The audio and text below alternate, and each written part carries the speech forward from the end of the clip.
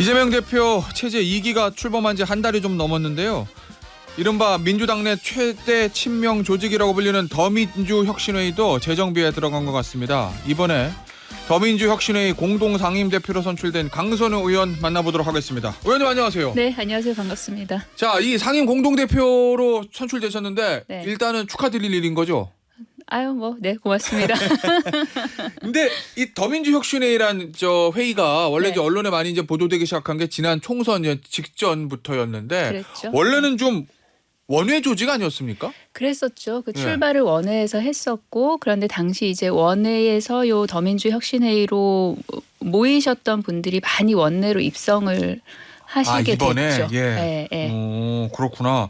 이 어떤 성격의 조직이에요? 일부 언론에서는 뭐 강성 친명 조직이다. 또 좀 더 심한 표현을 하면 이재명 대표 친위대다. 뭐 이런 표현도 언론에 있었습니다.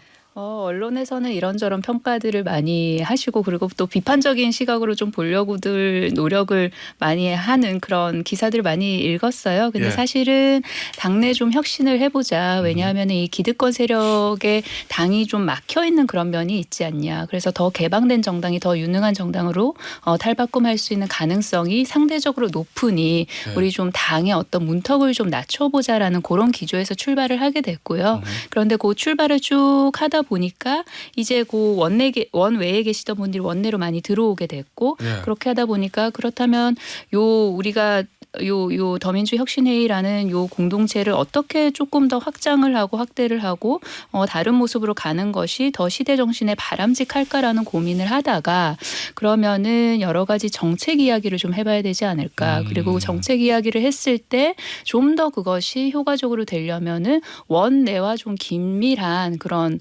소통 창구를 가지는 것이 효과적이겠다라는 그런 판단을 하게 된 것 같아요. 그래서 뭐 조금 조직의 재정비라든지 그런 게 지금 진행 중이고, 그리고 특히나 대선을 앞둔 시점에서 17개 전국 그 광역시도 그리고 또 시군 단위까지 예. 이렇게 좀 우리가 추구하는 여러 가지 정책이라든지 이런 것이 좀 잘 전파되도록 인맥을 좀 넓혀가자라는 그런 이야기가 있었어요. 예, 예. 총선 전에는 사실은 좀 아무래도 더민주혁신회의에서 나온 얘기들이 이제 당원 주권주의 그랬었죠. 뭐 그런 얘기들 네. 많이 나왔었잖아요. 네. 대의원의 권리를 좀 약화시키고 권리당원들의 권리를 좀 강화하자. 근데 지금은 아무래도 원내로 많이 들어왔다고 하면 정책적인 측면에도 영향을 미치겠다. 뭐 이런 의사를 가지고 계신 거죠. 네, 정책적인 이야기를 보다 많은 사람들이 좀 해보자. 그리고 네. 좀 적극적으로 참여할 수 있는 판을 좀 넓혀보자라는 예. 그런 취지. 네, 전국 조직도 말씀하셨잖아요. 네, 네, 네, 의원님 네, 솔직하게 네. 이재명 대표를 3년 후에 2년 한 6개월 남았나요? 있을 대선에 대통령을 만들기 위한 조직이다. 이렇게 봐도 되는 겁니까? 뭐 그렇게 보셔도 틀리다고 볼 수는 없는 것이죠. 지금 현재 이재명 대표가 민주당의 가장 유력한 대권 후보이기도 하고요. 그리고 정당의 어떤 목표는 정권을 갖는 거 아니겠습니까? 그렇다면 그렇죠. 흐름이 굉장히 자연스럽게 이재명 대표를 대통령으로 만들자라고 그렇게 이어질 수 있죠. 아니 보도 보니까 왜냐면 이재명 대표 2기 지도부 기조에 발맞춰서 혁신회의 활동 방향에도 대전환이 있을 거다. 네. 이렇게 네. 보도가 됐더라고요. 좀 더 중심이 단단하게 더 뭉치고, 그리고 좀 넓게 뻗어 가자라는 그런 목표를 가지고 있긴 해요. 그래서 이게 전국 조직으로 좀 더 촘촘하게 거듭나는 그런 과정들을 진행을 하려고 지금 계획을 세우고 있고요. 그리고 전국을 조금 넘어서서 그러니까 우리 좀 해외에도 해외요? 주요 각국의 좀 포스트들을 좀 세워보자라는 그런 개인적인 계획도 가지고 있습니다. 네. 아니 정권 교체 준비를 위한 조직 체계 개편에 나설 거다. 이건 무슨 의미입니까?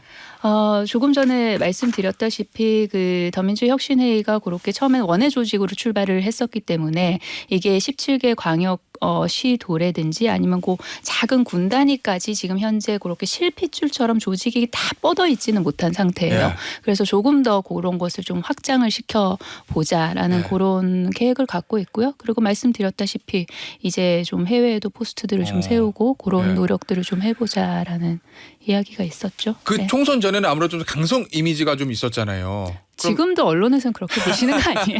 그래요? 예. 자, 그러면 이제 상임 공동대표가 되셨는데 네. 이 방향 자체를 네. 조금 더 지지층을 강화하는 쪽으로 좀 염두에 두고 계세요. 아무래도 좀 중도 확장, 민주당 기준으로 하면은 우클릭 정도 되겠네요. 그쪽에 좀 방점을 찍고 계세요. 그런데 이 중도 확장이라는 게 예. 이 중도라는 게 이 외연을 확장해 나가는 이 작업이라는 게 예. 사실은 이게 어떤 중도적인 정책을 내는 걸로서는 되지 않거든요. 현실적으로. 예. 그렇다면은 단단하게 모인 예. 이 단단한 지지층이 각자의 어떤 개인적인 관계를 가지고 중도적인 정책을 세일즈를 하면서 외연을 확장을 해 나가는 거예요. 예를 들면은 제가 굉장히 소위 강성 친명이에요. 예. 그리고 우리 민주당이 그리고 이재명 대표가 추구하고자 하는 정책을 저는 굉장히 좋아해요. 근데 예. 그런 정책들 중에 뭔가 좀 중도적인 정책이 있어요. 어허. 근데 변호사님은 예를 들어서 예. 이렇게 지지층은 아닌데 그 정책은 좋아하신단 말이에요. 어. 근데 단순히 그 이유를 가지고 예. 표를 주시진 않아요. 예. 그러면은 소위 강성인 제가 어허. 이런 관계성을 가지고 설득을 해나가는 작업이거든요. 결국은 외연 예, 확장이라는 게. 예. 그렇다면 다시 역으로 생각을 했을 때 강성이라 불리는 예. 그 지지층이 많으면 많을수록 어허. 설득을 할 우리의 우군들이 많아지는 거죠. 예. 그래서 이 중도가 좋아하는 정책을 단순히 이렇게 이런 정책이 있습니다라는 내놓는 것만으로는 표가 되지 않는다. 그러니까 그 정책을 가지고 우리 적극적으로 설득을 할 만한 사람들이 예. 각자의 관계성을 가지고 예. 예를 들면 보수인 우리 부모님을 자녀인 내가 설득을 한다. 이제 이런 작업들이 예. 이루어져야 사실 외연 확장이 되는 거여서 그래서 강성 지지층에 더 많이 기대게 된다라는 것과 예. 외연이 확장이 된다는 게 서로 상호 배타적이라고 저는 생각하지 않아요. 알겠습니다. 네. 자, 이재명 대표가 이제 대통령이 되는 게 민주당의 목표겠죠. 자, 네. 그런데 아무래도 가장 큰 걸림돌 중에 하나가 이 소위 말하는 사법 리스크잖아요. 이제 공직선거법 위반 사건 이게 이제 11월쯤에 선고가 나올 건데 검찰은 2년 구형했습니다. 선거법 위반 사건에 치고는 좀 강한 센 구형이긴 하죠.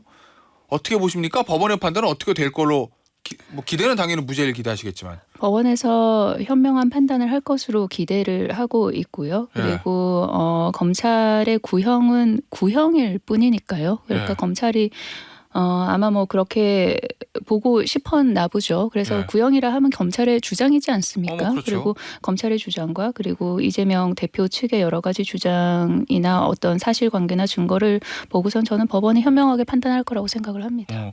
혹시 민주당으로서는 꼭 이재명 대표로서는 생각하기 싫은 얘기겠지만 만약에 피선거권이 박탈되는 형이 나올 가능성에 대한 대비 그러면 어떻게 해야 되지 않은 플랜 B 이런 것들도 좀 준비하고 계십니까? 아니면 전혀 고려하지 않고 계십니까? 가정을 전제로 해서 준비를 한다고 한들 그것이 그 상황을 맞닥뜨렸을 때 과연 그것이 효과적인 그런 준비가 되겠는가에 대해서 저는 좀 회의적이고요. 그리고 이렇다면 어떻게 될까 이렇다면 어떻게 될까 물론 정당이라 하면 여러 가지 시나리오에 대해서 대비책은 갖고 있어야 되겠습니다만 그런 어떤 우리가 원치 않는 그런 것을 굉장히 좀 중점적으로 가정을 하고 정당이 움직이는 것이 과연 바람직한가 저는 그런 것 같지는 않습니다.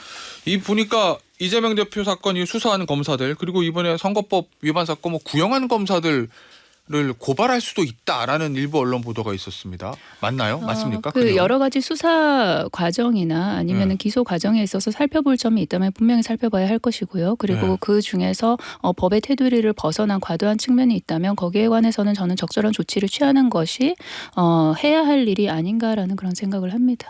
그럼 이번에 징역 2년 구형한 검사들로 또 물론 이재명 대표 입장에서는 좀 불편하겠죠, 당연히. 예. 단순히 고발한다는 얘기예요? 단순히 구형을 했다라는 그 사실을 놓고서 판단을 하는 것은 아닐 것이고요. 예. 그 구형을 그러니까 이제 구형이라 하면 검찰의 주장인데 그 주장을 하기 위해서 여러 가지 검찰 나름의 그런 뒷받침을 하는 그런 뭐 사실이라든지 아니면 뭐 증거라든지 증언이라든지 뭐 여러 가지 것들이 있지 않겠습니까? 그런데 그런 것들이 얼마나 법적인 정당성을 가지고 법의 테두리 안에서 절차적으로 하자 없이 이루어졌는가는 저는 그것은 분명히 짚어야 된다고 생각을 합니다. 알겠습니다. 자, 주제를 좀 바꿔보죠. 지금 복지위 간사시잖아요. 네. 이 여야 의정 협의체 여기에 네. 대해서 민주당의 정확한 입장은 뭐예요? 여야 의정 협의체가 꾸려진다면 예. 그 어떤 누구보다 적극적으로 논의에 임할 준비가 되어 있다. 다만 여야 의정 협의체가 지금 이게 꾸려져야 하고 의료 대란을 해소해야 하는 이유는 가장 중심은 국민들의 피해를 최소화하고 하루빨리 이 사태를 정리하기 위해서 아니겠어요? 예. 그렇다면은 이제 가장 중요한 단위라고 할 수 있는 게 의 단위일 텐데 예. 그렇다면 그들을 이 협상 테이블로 이 논의 테이블로 들어오게 하기 위해서는 사실 의제를 닫으면은 그거는 불가능한 거예요. 그러니 모든 의제를 좀 열어놓자. 테이블 위에 우리가 못 올릴 게 뭐가 있냐. 예. 그렇게 올리겠다고 정부와 여당이 이야기를 하면 저는 그 의 쪽도 이제 들어올 거라고 저는 생각을 해요. 근데 지금 현재 상황은 어떠냐면은 특정 의제에 대해서는 특히나 그 정부 쪽에서는 논의할 수 없다라는 입장이거든요. 예를 들면 25년도 정원 같은 이야기인 거죠. 예. 그렇다면은 저는 이게 과연 꾸려질 수 있을까? 이렇게 닫힌 자세로 그리고 본인들이 논의하고 싶은 것만 결론을 이미 정한 채로 요거 논의할 테니까 들어와라. 과연 들어올 수 있을까?